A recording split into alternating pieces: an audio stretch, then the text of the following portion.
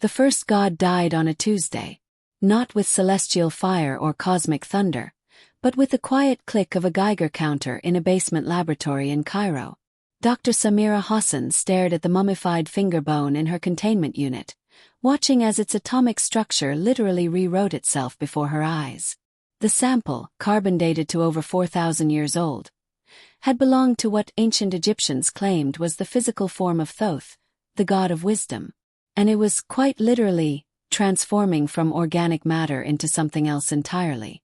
"That's impossible," her colleague Marcus Chen whispered, adjusting his protective mask.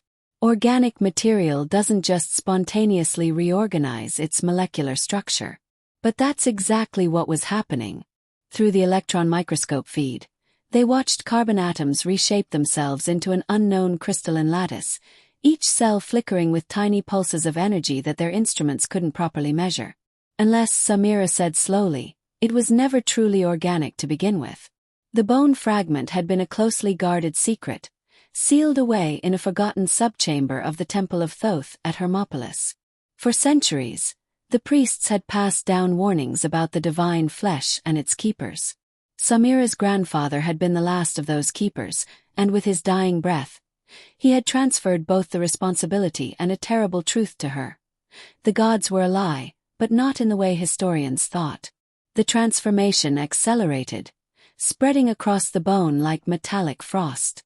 Their instruments began screaming as energy readings spiked beyond measurable levels. But what terrified Samira wasn't the impossible physics happening before her. It was the message now etched in flowing hieroglyphs across the newly metallic surface. The quarantine is failing. They are awakening. Above them, in the vast expanse of the Egyptian night, stars began to flicker out of existence one by one, as if something massive was passing between Earth and the distant lights of the cosmos. The great celestial clock that the ancients had feared was finally counting down to zero. Samira's phone buzzed with a news alert. Similar transformations were being reported at archaeological sites across Egypt. Mummified remains, ancient artifacts, and even entire sections of temple walls were changing, revealing complex mechanisms that had masqueraded as stone and flesh for millennia. But the truly terrifying part was what their quantum scanner had detected within the transformed bone. A signal, broadcasting into deep space. A signal that was, after thousands of years of silence, finally receiving a response. "We've got movement at Giza," Marcus said, his voice shaking as he read from his tablet. "Something's happening to the pyramids." The great structures that had stood as silent sentinels for thousands of years were awakening, but not as the grand tombs historians had labeled them. With growing horror, Samira recognized the patterns emerging across their surfaces. The same crystalline structures she'd seen in the bone, but on a massive scale. They weren't tombs. They weren't even monuments. They were cocoons. And whatever had been gestating inside them for the past 4 millennia was finally ready to emerge. Samira's grandfather's medallion, the key of Wadjet, grew warm against her chest as ancient machinery hidden beneath the sands of Egypt began to power up.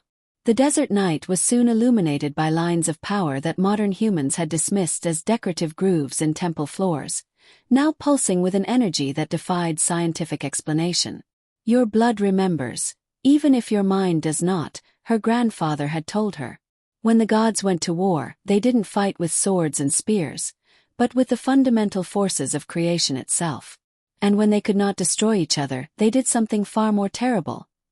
They merged themselves with humanity, hiding their essence in our very DNA, waiting for the day when the great game could begin again. As sirens began to wail across Cairo, Samira realized the awful truth. Humanity had spent centuries searching for evidence of ancient astronauts, of divine intervention, of supernatural forces shaping our civilization. But we'd been asking the wrong question all along. We hadn't been abandoned by the gods. We were the gods, or rather, what remained of them after a war so devastating it had forced them to hide themselves within our very species. And now, something was triggering their re-emergence. The bone fragment had been just the first piece to transform. As similar metamorphoses began across the globe, Samira understood that humanity was about to learn its true origin. We weren't the descendants of the gods. We were their chrysalis. The key of Wadjet pulsed again, and in her mind, Samira heard words in a language she had never learned but somehow understood. The sequence has begun. Choose your side carefully, daughter of two worlds. Not all that sleeps within human flesh dreams of peace. Above the pyramids, the sky continued to darken as more stars vanished, and in the depths of space, ancient eyes opened, watching as their long-laid plans finally bore fruit. The war of the gods was about to begin again. But this time, the battlefield wouldn't be the heavens or the earth. It would be within every strand of human DNA. The stars weren't disappearing. They were being devoured. Through the quantum telescope at Cairo's Deep Space Monitoring Station, Samira watched as another cluster of stars winked out of existence. But the enhanced imagery showed something far more terrifying. The stars weren't simply being blocked from view. Their matter was being systematically broken down and absorbed by something. It's like watching a cosmic game of Pac-Man, Marcus muttered, his attempts at humor failing to mask his terror. But what could possibly consume entire stars? The answer came from Dr. Fatima El-Sayed, their resident astrophysicist, who hadn't slept in 3 days. Not what, she said, pulling up a three-dimensional model of the phenomenon. The model showed not just space, but time itself warping around the vanishing stars. Whatever was consuming them existed in multiple temporal dimensions at once, feeding on stellar matter across past, present, and future simultaneously. The ancient Egyptians didn't worship Ra as just a sun god, Samira realized, pulling up her grandfather's digital archives. They feared him as a guardian against the great hunger between the stars. The hieroglyphs spoke of beings that fed on stellar fire itself. The key of Wadjet pulsed against her chest, and suddenly the quantum telescope's readings shifted. Beyond the visible spectrum, they could now see vast geometric patterns forming in the void where stars had been. Shapes that hurt the human mind to observe. They're not random, Marcus said, analyzing the data. These patterns. They're forming some kind of lock, Samira finished. Celestial lock. And Earth is the key. The transformed bone fragment in their lab had begun broadcasting new signals, its crystalline structure resonating with the cosmic patterns above. As they decoded the transmissions, a horrifying truth emerged. Earth wasn't just another planet. It was a fortress world, deliberately positioned in space and time as the linchpin of an ancient defense system. The disappearing stars were being consumed to fuel its reactivation. In the desert, the pyramids continued their metamorphosis. The crystalline structures spreading across their surfaces now pulsed in perfect synchronization with the geometric patterns in space. But something was wrong. The patterns weren't completing properly. These readings, Fatima pointed to her screens, suggest that only half the system is activating. It's like trying to start a car with only half its spark plugs. Samira's blood ran cold as she remembered her grandfather's warnings about the two factions. Those who sought to protect reality and those who wished to reshape it. Because the other half is still dormant. Inside us. The key grew warmer, and suddenly Samira could see it. Patterns of light flowing through human beings everywhere. Divine DNA fragments waiting to be awakened. Some pulsed with the same frequency as the pyramid network, while others resonated with a darker harmony. But the Star-Eaters weren't waiting for humanity to choose sides. Reports flooded in from observatories worldwide. The constellation of Orion, which the ancient Egyptians had associated with Osiris, was being consumed at an accelerating rate. Each devoured star released a pulse of energy that rippled through space toward Earth. They're using the stolen stellar energy to force our transformation, Samira realized. They're going to activate all the dormant god fragments at once, ready or not. The implications were staggering. Billions of humans, suddenly awakening to find themselves vessels for ancient divine powers. Some would emerge as Netjeru, others as Apep, with no choice in their cosmic allegiance. The key of Wadjet revealed one final secret. A series of equations carved in light, showing how the stellar energy could be redirected. The pyramids weren't just passive receivers. They were cosmic circuit breakers. We can't stop the transformation, Samira told her team as they raced against time. but we might be able to give humanity a choice in what they become.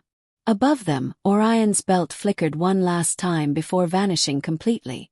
The wave of stolen stellar energy rushed toward Earth like a tsunami of light, carrying with it the power to rewrite human destiny. In the heart of the Great Pyramid, now transformed into a control center of impossible technology, Samira raised the key of Wadjet. The choice she was about to make would determine not just the future of humanity, but the very nature of divinity itself. As the wave approached, a new signal cut through the chaos. A transmission from deep space, carried on frequencies that shouldn't exist. The message was simple but changed everything they thought they knew. The stars are not food. They are seeds. And you are their fruit. The stellar wave hit Earth's atmosphere just as Samira made her choice, and the true purpose of the gods' ancient plan finally began to unfold. They had been wrong about everything. The Star Eaters weren't creatures or beings. They were wounds in reality itself. Through the transformed pyramid's quantum imaging systems, Samira watched as the truth unfolded in all its terrible glory. Each devourer was actually a rupture where two universes had violently collided, creating tears in the fabric of space-time that consumed matter to heal themselves. And they were spreading. "Look at this," Marcus said, his hands trembling as he manipulated the holographic display. The pyramid's ancient technology showed the wound's true form. Fractal patterns of broken reality, each one a perfect mirror of the geometric designs found in Egyptian temples. These aren't random tears. They're surgical incisions. Someone, Fatima added, or something, is deliberately cutting apart the cosmos. The key of Wadjet pulsed with a new frequency, downloading information directly into Samira's consciousness. She saw it then. The true history, hidden beneath layers of myth and manipulation. The gods had never been two simple factions. The Netjeru and Apep were the same beings, separated by time itself. They were cosmic surgeons from the far future, attempting to save reality from collapse by performing the most ambitious operation in existence: the transplant of an entire universe. The pyramids weren't weapons or cocoons. They were sutures, holding reality together at its weakest points. "The stars aren't being eaten," Samira whispered, understanding at last. "They're being moved, transferred to another cosmos, piece by piece, saving what can be saved before what was coming arrived." New readings appeared on their screens. Beyond the growing void where Orion had been, something vast was stirring. Not a being or an entity, but an end. The heat death of their parent universe, cascading backward through time like a tidal wave of entropy. The gods, the cosmic surgeons, had split into two factions not over good and evil, but over methodology. The Netjeru believed in careful, measured transplantation. The Apep sought to accelerate the process, believing that swift, violent action was needed to save existence itself. And humanity, they were never meant to be simple pawns or vessels. They were the surgeon's tools, crafted over millennia to assist in the greatest medical procedure in cosmic history. "These patterns in our DNA," Marcus said, examining the new data streams, "they're not just divine fragments. They're pieces of a universal surgical program. We're meant to be the antibodies, helping reality heal itself." But something had gone wrong. The surgical incisions were becoming infected, the careful cuts turning into ragged tears. Whatever existed beyond their universe was pushing back against the operation. Through the pyramid sensors, they detected massive objects moving through the stellar void. Cosmic entities that had been sleeping between the stars, awakened by the surgery. Ancient things that preferred the death of everything to the violation of their dark domain. The key of Wadjet revealed their names, written in languages that predated time. The inhibitors, the anti-movement, the princes of entropy, entities so vast and alien that even the gods feared them. That's why the transformation was rushed, Samira realized. The surgeons weren't trying to force our evolution. They were trying to activate us before the antibodies of the other universe could stop the procedure. A new alert blared through the pyramid systems. The void where Orion had been was starting to leak. Something was seeping through the surgical cuts, something that existed in geometries that reality itself rejected. In orbit, satellites captured the first images of these entities entering our space. They appeared as cascading fractals of absolute darkness, each layer revealing new forms of impossible life. Where they touched the Earth's atmosphere, the very laws of physics began to break down. The key of Wadjet burned white-hot against Samira's chest as the full emergency protocols activated. Across the globe, ancient structures began to rise from beneath sand, sea, and soil, a planetary immune system awakening to fight the infection. But the activation sequence was incomplete. Half of humanity still carried dormant code, their piece of the surgical program still sleeping. Without full activation, Earth's defenses would fail. "We have to wake them up," Fatima urged. "All of them." But Samira saw something in the data that gave her pause. The patterns of activation weren't binary. Netjeru or a pep, order or chaos. There was a third option hidden in the code, a possibility that neither faction of cosmic surgeons had intended. Through the key she could see the truth. Humanity had evolved beyond their original programming.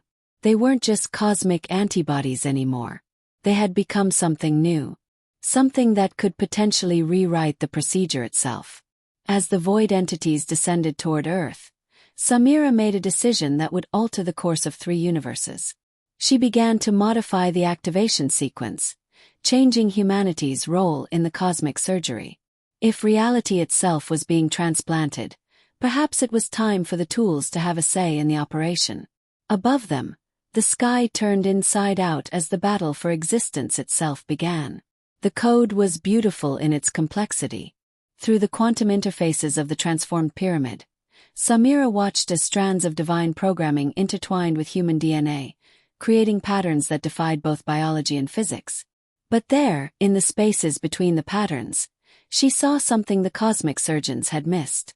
Evolution had created a void, and in that void, humanity had dreamed.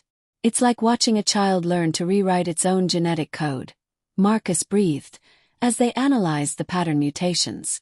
The original program, designed to create perfect cosmic antibodies, had been unknowingly altered by thousands of years of human imagination, creativity, and free will. Where the Netjeru sought precise, controlled universal transplantation, and the Apep desired swift, violent salvation, humanity had unconsciously created a third option: synthesis. "We're not just antibodies anymore," Samira explained, her fingers dancing across holographic symbols that rippled through the air. "We've become potential universal stem cells." The key of Wadjet pulsed with confirmation, revealing the full scope of what humanity had accidentally achieved. Instead of simply helping stitch reality together or forcefully merging universes, humans had developed the capacity to serve as transformation catalysts, capable of helping realities evolve into new forms altogether. But the void entities were still coming. Above them, the cosmic horrors poured through the surgical incisions in space-time, their impossible geometries warping the sky into shapes that hurt to observe. They were the antibodies of the dying universe, fighting against what they perceived as an infection of their domain. Samira's modified activation sequence would change everything. Instead of awakening humanity as soldiers in a war between surgical methodologies, it would activate their potential as universal mediators. "Look at this," Fatima called out, highlighting a section of the code. "The program doesn't just affect humans. It resonates with the void entities too. It's like we've accidentally evolved the ability to communicate with them." The implications were staggering. Humanity wouldn't just be passive tools in the cosmic surgery anymore. They could potentially negotiate with the very forces trying to stop it.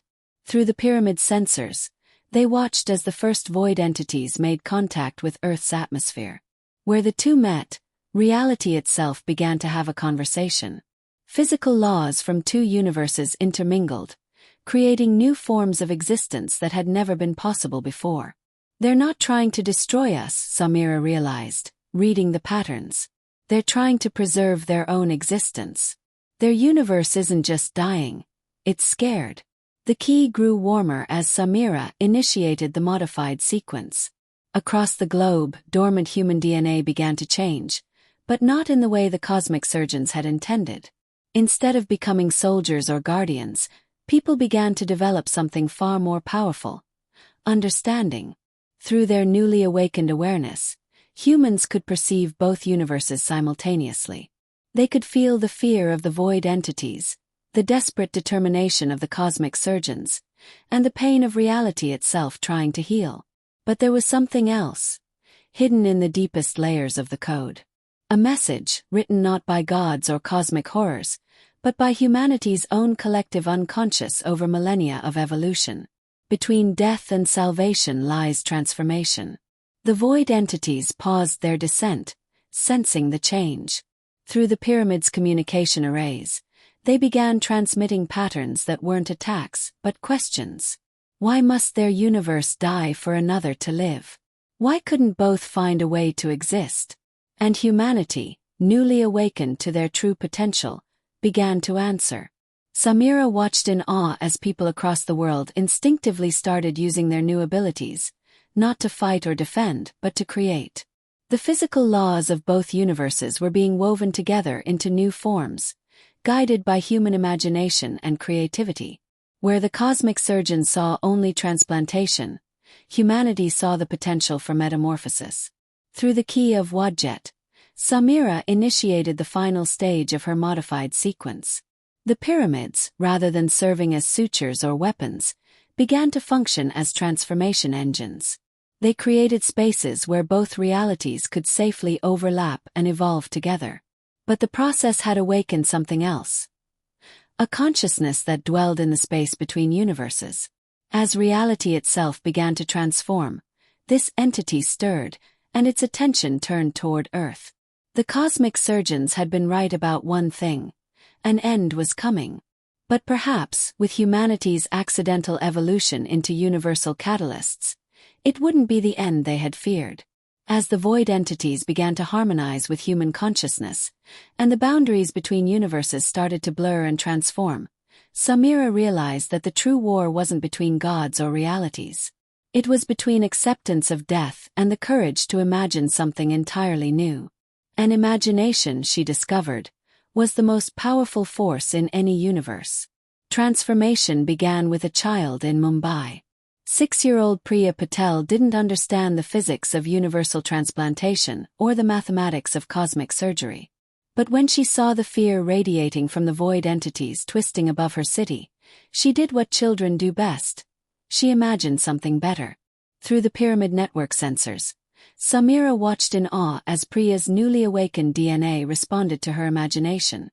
The space around the child began to shift, laws of physics gently reshaping themselves into something that accommodated both realities. Where void entity met Earth's atmosphere, instead of destruction, there was now a shimmering playground of possibility. It's happening everywhere, Marcus reported, tracking similar phenomena across the globe. People aren't just accepting the transformation. They're directing it. The key of Wadjet pulsed with new data, showing them humanity's collective response to their awakening. But it wasn't the organized, militaristic activation the cosmic surgeons had planned. Instead, 8 billion unique perspectives were creating 8 billion different ways of understanding and transforming reality. In Tokyo, a quantum physicist's awakened DNA merged with her lifetime of scientific understanding, creating mathematical bridges between universal constants. In Lagos, a storyteller's transformed consciousness wove narratives that gave new contexts to existence itself. In Santiago, a gardener's innate understanding of growth and symbiosis helped two different forms of reality learn to nourish each other. This is why the original program evolved in us, Samira realized. Human consciousness isn't just a byproduct. It's a fundamental force of reality itself. Through the pyramid systems, they detected the cosmic surgeon's response to humanity's unexpected direction. The Netjeru and Apep, for the first time in their eternal conflict, shared the same emotion: astonishment. But it was the void entity's reaction that truly changed everything. As they encountered humans' varied approaches to transformation, their own rigid perspectives began to shift. These cosmic horrors, which had existed solely to preserve their dying universe, started to experience something new: hope. The key revealed the pattern. Humanity wasn't just transforming reality. They were teaching it how to dream. In the Antarctic, a research team's collective consciousness created a space where the physics of both universes danced together like aurora borealis. In the Amazon, indigenous wisdom merged with awakened DNA to show how different forms of existence could support rather than destroy each other. In Egypt itself, the cradle of this hidden history, people's minds reached out to touch the consciousness that dwelled between universes. But with understanding came responsibility. Through the pyramid network, Samira watched as humanity grappled with their new role. Some used their abilities with joy and wonder, while others struggled with the weight of cosmic awareness. A few tried to resist the change entirely, creating pockets of unchanged reality that would need to be gently guided into the transformation. "Look at this," Fatima called out, highlighting a new pattern in the data. The individual transformations weren't random. They were forming a larger design, guided by humanity's collective unconscious. Each person's unique contribution was part of a greater metamorphosis. The cosmic surgeons had planned to save reality through careful surgery or violent transformation. But humanity, with its infinite capacity for adaptation and imagination, had found a third way: evolution through diversity. Through the key, Samira initiated the next phase of the modified sequence. Instead of trying to control the transformation, the pyramids now served as coordination points, helping harmonize the billions of individual changes into a coherent new whole. But as humanity reshaped reality, they began to encounter echoes of other attempts at universal transformation. They weren't the first species to face this challenge, merely the first to approach it with such variety and creativity. In orbit, satellites captured images of the void beginning to fill with new forms of existence. Hybrid spaces where multiple realities coexisted in ways that defied conventional physics. Earth itself was becoming a catalyst, teaching the cosmos how to change. Then came the signal they'd been both anticipating and dreading. The consciousness between universes had finally formulated a response to humanity's intervention. Its message, transmitted directly into the transformed DNA of every human being, was both simple and profound. "Show us who you are." It wasn't a test or a challenge. It was an invitation, a request for humanity to demonstrate not their power or their wisdom, but their essential nature. In transforming reality, humans would ultimately reveal themselves. As Samira prepared to coordinate humanity's response through the pyramid network, she understood the true meaning of the third option. It wasn't just about saving or changing reality. It was about growing up as a species. About accepting that the universe wasn't something that happened to them, but something they were an integral part of creating. The void entities circled Earth like curious children, learning from humanity's example how to imagine new possibilities. The cosmic surgeons watched in wonder as their careful plans evolved into something far more beautiful than mere survival. And in the space between moments, as reality itself held its breath, humanity began to tell its story to the cosmos. 1 year after the transformation began, the world had become something both familiar and strange. Samira stood atop the Great Pyramid, now a shimmering nexus of transformed reality, watching Cairo's skyline where ancient architecture merged seamlessly with fragments of otherworldly physics. Children played in parks where gravity shifted like tides, their laughter echoing across multiple dimensional frequencies. Street vendors sold traditional koshari alongside dishes that existed in quantum superposition, simultaneously hot and cold, solid and liquid. Humanity, as it always had, adapted. "The latest readings are fascinating," Marcus said, approaching with his tablet, now enhanced with crystalline technology that interfaced directly with transformed consciousness. "We're seeing third-generation abilities emerging. The first generation of powers had been raw and instinctive. The ability to perceive multiple realities, to shape local physics, to communicate with void entities. The second generation had been more refined, conscious control over universal forces, the creation of stable hybrid spaces, telepathic links across dimensional barriers. But the third generation was something else entirely. They're calling them reality artists," Fatima added, joining them on the pyramid's apex. "People who can weave different laws of physics together like painters mixing colors." Some can even create pocket universes. Small, stable regions operating under completely new rules. The key of Wadjet pulsed softly, showing Samira the larger pattern. Humanity wasn't just using these abilities. They were evolving them, changing them, making them uniquely their own. Each culture, each community, each individual approached their new nature in different ways.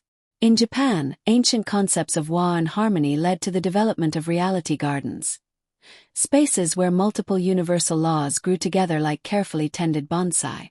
African griots became story shapers, their tales literally reshaping local reality as they spoke.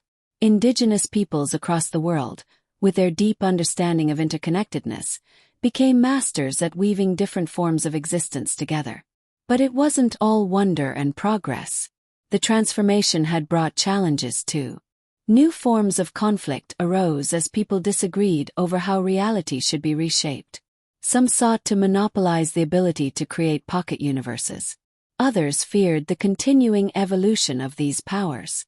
The United Nations had established the Department of Universal Stability, attempting to create guidelines for reality manipulation. Universities now offered degrees in cross-universal engineering and quantum social dynamics. Insurance companies struggled to write policies for buildings that occasionally shifted into other dimensions. Through it all, the void entities remained, now visible as shimmering fractals in the sky. They had become something between observers and partners, their own nature transformed by contact with human consciousness. Sometimes they assisted in particularly complex reality weaving. Other times they simply watched, learning from humanity's endless creativity. The cosmic surgeons, too, had changed. The Netgeru and Apep, their ancient conflict rendered meaningless by humanity's third option, now served as advisors rather than directors. Their knowledge was valuable, but their rigid perspectives had been superseded by human imagination. But it was the consciousness between universes that remained the greatest mystery. Its presence was felt rather than seen, its influence subtle but profound. Sometimes, in moments of particularly beautiful reality weaving, people reported feeling its attention like sunshine on their skin. Its last message still echoed in transformed DNA across the globe. Show us who you are. And humanity was answering, not with a single voice but with billions of them, each contributing to a vast symphony of transformation that echoed across multiple realities. As night fell over Cairo, Samira held up the key of Wadjet one last time. Through its quantum interfaces, she could see the threads of possibility stretching into the future. Humanity's journey was just beginning. The ability to shape reality had given them great power, but it was their diversity, their creativity, their very human nature that would determine what they would become. The stars were returning to the sky, but they were different now. Some pulsed with new forms of energy. Others existed in multiple states simultaneously. A few had become windows into other possibilities, other ways of being. Above them all, in the space between spaces, something vast and patient waited to see what humanity would dream next. And in the end, that was perhaps the greatest gift of the transformation. Not the power to shape reality, but the freedom to imagine what reality could become. The war of the gods had ended not with victory or defeat, but with a question that would take eons to answer. What dreams might reality dream, when taught by human hearts how to imagine?